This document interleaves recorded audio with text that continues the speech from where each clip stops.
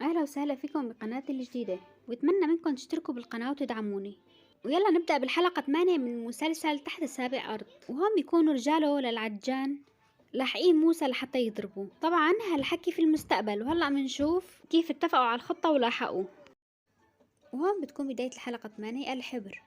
وهون العجان عم يطلب من مهيب انه يقتل موسى، فمهيب رفض، قال له انا ما بحسن، وبقول له انا ما فيني اقتله لانه هو صديقي، وفي حل تاني غير القتل انك تنقله على غير مكان، يعني يكون حدا ما عارفك ينقله، او لزق له شي تهمه يخليه يتختخ بالحبوس.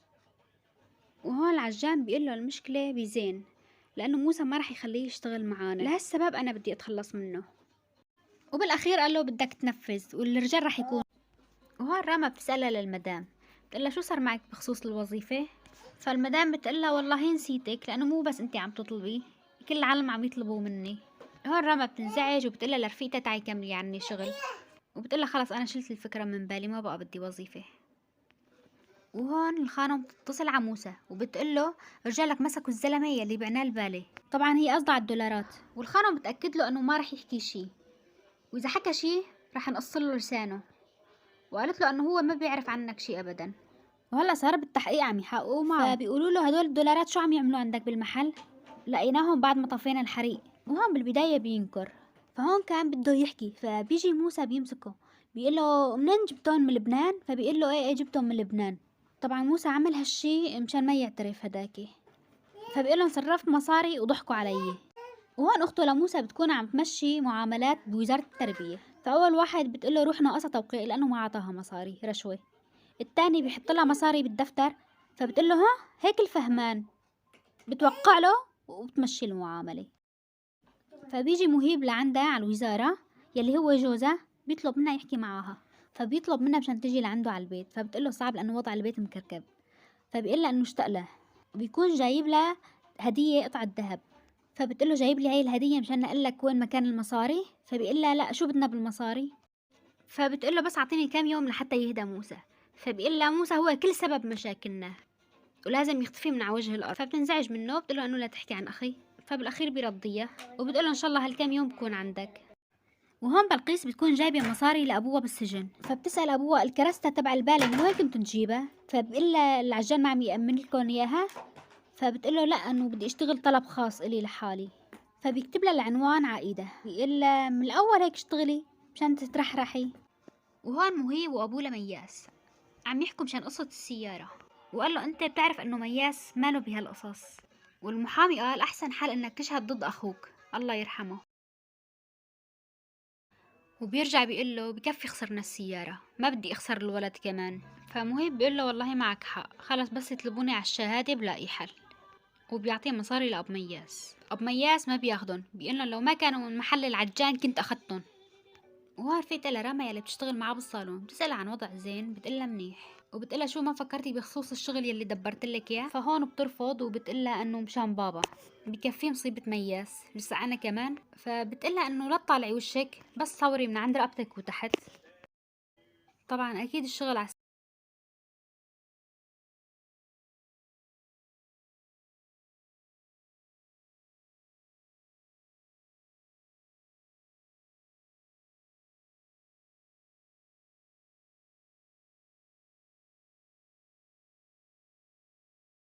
وهون بيجي زين لعندن على المحل لحتى ياخدن. وهون رفيقتها لراما بتقلن والله البيبي عايزمني على العشاء، بتتركن وبتروح. زين بيقول لها عم اتصل فيكي ليه ما عم تردي؟ فبتقول له متضايقه صار لي كذا يوم. فبيقول لها ليش متضايقه كرمال مياس؟ فبتعصب عليه بتقول له لا بقى تجيب سيره اخوي على لسانك، وانت واخوك موسى مفكريني حماره؟ اصلا انت كنت مع سعيد بليله الحادثه، واخوك الضابط هو اللي قالك تعمل هيك مشان تطلع حالك من مصيبه المخدرات يلي موجوده بالسياره، وتلبسوا التهمه لاخي. ما فكرت برفيقك تضيع له مستقبله؟ لك وانا ما فكرت فيني؟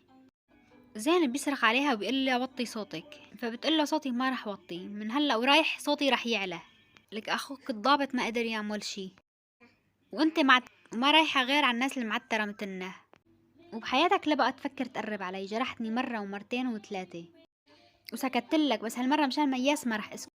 وهون الضابط موسى بكون ملاحق من طرف رجاله للعجان، فورا بيتصل بشرطه المرور بيعطيهم رقم السياره، بيقولن وقفوها من اجل الحيطه والحذر. وهون بتكون بلقيس عم تغني، فبيجي موسى بيرقص لها، وهون ببلش يلطشها، فبيقول لها على فكرة الخراط الفستقي فستق، والستايل الزنطاري كتير أنا رغيب كتير. وهون بيجيب لها تليفونين، بيقول لها مشان محادثاتنا الخاصة، بيقول لها لأنه الوضع يلي نحن فيه كتير صعب وبده حيطة وحذر. وهيك بيكونوا اثنيناتهم ملاحقين من طرف رجاله للعجان. وهون بلقيس بتقول له قدرت توصل للزلمة تبع الورق وبيقدر يأمن كمية منيحة، وبتقول له إنه الزلمة من معارف أبي يعني ثقة. ورجع شافهم عم يلاحقوه مرة تانية. موسى بيغير طريقه بيروح على الكراجات فبيلحقوا لهونيك.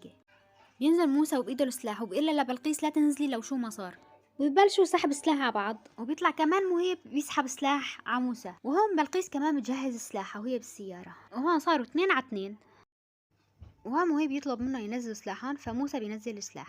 وهون مهيب فجأة بيحط المسدس على راس رفيقه وبصير بيسأله عن أخوه انه ليش ما اسعفتوه ليش ما انقذتوه. فبيقول له والله المعلم هيك طلب منا انه نخلص زين اول شي. فبيقول له نزل سلاحك واطلع على السيارة. وبعد ما بيطلع بالسيارة بقوصه وبقول له لموسى قول للعجان انه انت سويت هيك، انت اللي قوصت وهيك بصير لي معك وحدة كتير كبيرة وبدك ترد لي اياها. وبعد ما بيدخل السيارة يمكن بيتقوص او حدا بيضربه لسه مو مبينين.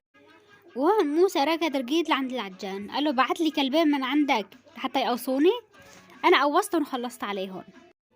وهون بيتصل على واحد من رجاله فبيخبره انه الزئبق لسه فيه فخده على وكرنا وامن له دكتور وامن له كل شيء، يعني الزئبق لساته عايش.